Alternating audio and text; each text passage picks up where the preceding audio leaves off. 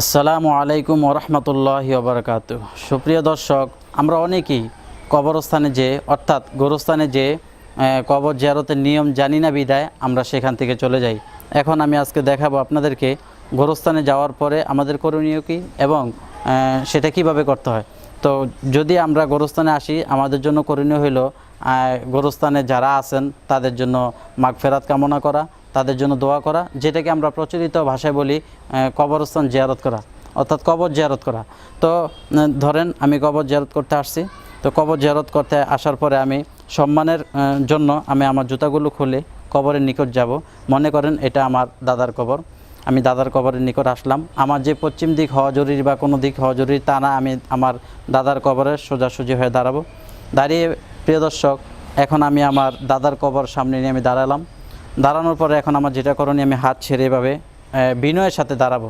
যেহেতু এখন আমার মনের মধ্যে অনেক ভয়, আল্লাহ তাআলার ভয়, এবং আমি অনেক চিন্তা করব, একটু চিন্তাযুক্ত হব যে আসলে আমিও তো একটা সময় এভাবে চলে যাব, আমিও তো এভাবে মাটির সাথে বিলীন হয়ে যাব, এইরকম আমি চিন্তা করতে থাকব। তো চিন্তা করতে করতে প্রিয় দর্শক, তারপরে আমি পবিত্র কোরআনে কারিম থেকে সূরা ফাতিহা পাঠ করব, যেটাকে আমরা বলি আলহামদু সূরা।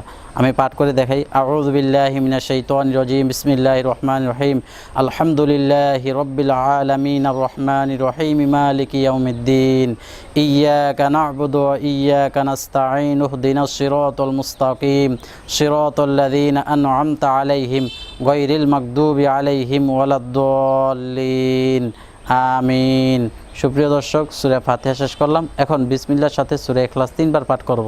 বিসমিল্লাহির রহমানির রহিম, কুল হুয়াল্লাহু আহাদ, আল্লাহুস সামাদু, লাম ইয়ালিদ ওয়া লাম ইউলাদ ওয়া লাম ইয়াকুল লাহু কুফুয়ান আহাদ।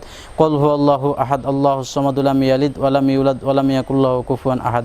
কুল হুয়াল্লাহু আহাদ, আল্লাহুস সামাদু, লাম ইয়ালিদ ওয়া লাম ইউলাদ ওয়া লাম ইয়াকুল লাহু কুফুয়ান আহাদ। সুপ্রিয় দর্শক, আমি এতক্ষণ সূরা ফাতিহা, সূরা ইখলাস 3 বার পাঠ করলাম। এতটুকু আশা করি সবাই জানেন ও সবাই পারেন। তো এতটুকু পাঠ করার পরে যদি আপনি পারেন, এটা কোনো আবশ্যকতা না, পড়তেই হবে এমন না, যদি পারেন কোরআন শরীফের 30তম পারায় সূরা তাকাসুর নামে একটি সূরা আছে, যেটাকে বলি আমরা আল হাকুমুত তাকাসুর।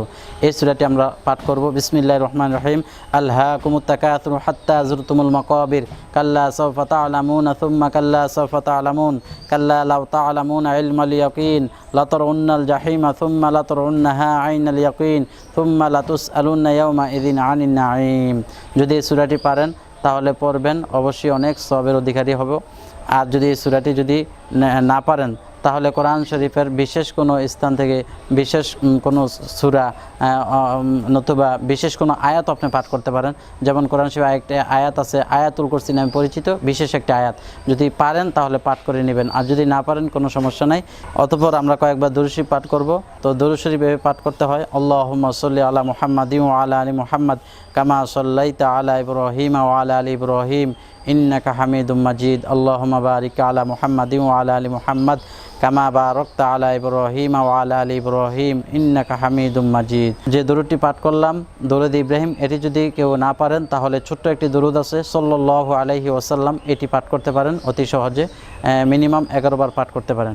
তো সুপ্রিয় দর্শক, এখন আমি দোয়া করব। আমি যা কিছু পাঠ করলাম এগুলোর সব তাদের রুহে পৌঁছাবো, অর্থাৎ তাদের রুহে বকশিশ করব। তো এখন আমি দোয়া করব।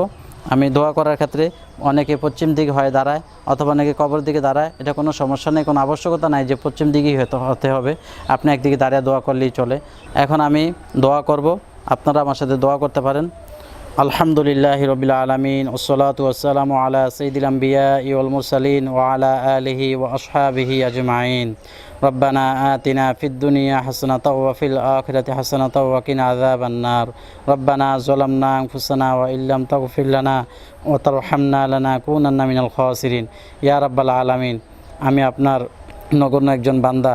আয় আল্লাহ, আমি আমার আব্বা আম্মা, দাদা দাদি, নানা নানি, আত্মীয় স্বজন, ভাই বন্ধু, পাড়া প্রতিবেশীর মধ্য থেকে যারা এখানে শুয়ে আছেন, আয় আল্লাহ, তাদের উদ্দেশ্যে যা কিছু পাঠ করলাম, সূরা ফাতিহা, সূরা ইখলাস, তারপরে দরুদ শরীফ পাঠ করলাম, আয় আল্লাহ, এর হাদিয়া লক্ষ কোটি গুণ বাড়ায় নবীজি সাল্লাল্লাহু আলাইহি ওয়াসাল্লামের রওজা মোবারকে পৌঁছায় দাও। আয় আল্লাহ, তার উসিলায়, তার আহলে বাইত আজওয়াজ মুতাহহারা সাহাবা আজমাইন, তাবিঈন, খোলাফায়ে রাশিদিন, আইম্মায়ে মুজতাহিদিন, সলফে সালহিন, উলামায়ে মুতাকাদ্দিমিন মুতাআখিরিন সহ আয় আল্লাহ বাবা আদম হইতে এই পর্যন্ত যত মুমিন মুমিনাত অন্ধকার কবরে ঈমান নিয়ে শুয়ে আছে আল্লাহ তাদের প্রত্যেকের কবরে পৌঁছে দাও ইয়া রাব্বাল আলামিন। আয় আল্লাহ তুমি জানো এই মুহূর্তে আমি কোন উদ্দেশ্যে এসেছি। আয় আল্লাহ আমার দাদা দাদি নানা নানি আত্মীয় স্বজন যাদের মধ্যে থেকে এখানে যারা শুয়ে আছেন আয় আল্লাহ তাদের রুহে আমার এই সবগুলো পৌঁছে দাও। আয় আল্লাহ তাদের কবর আযাবকে মাফ করে দাও, তাদের কবরখানা জান্নাতের বাগিচা বানিয়ে দাও। আয় আল্লাহ তাদের কবরের সাথে নবীজি সাল্লাল্লাহু আলাইহি ওয়াসাল্লামের রওজার সাথে যোগাযোগ করিয়ে দাও। আয় আল্লাহ তাদেরকে চিরতরের জন্য মাফ করে দাও। আয় আল্লাহ তুমি তাদের জন্য নাজাতের ফয়সালা করে দাও। আয় আল্লাহ তুমি তাদের কবরখানা রওজাতুম মির রিয়াজিল জান্নাহ বানিয়ে দাও। আল্লাহ তাদের কবরের সাথে জান্নাতের সাথে যোগাযোগ স্থাপন করে দাও ইয়া রাব্বাল আলামিন। আমিও তো একটা সময় চলে যাব, আমাকেও মাফ করে দাও। আয় আল্লাহ আমার সাথে যারা আছে তাদেরকে সহ আয় আল্লাহ আমরা যেন কবরের প্রস্তুতি নিয়ে ঈমানের সাথে মৃত্যুবরণ করতে পারি সে তৌফিক দিয়ে দাও, আমিন।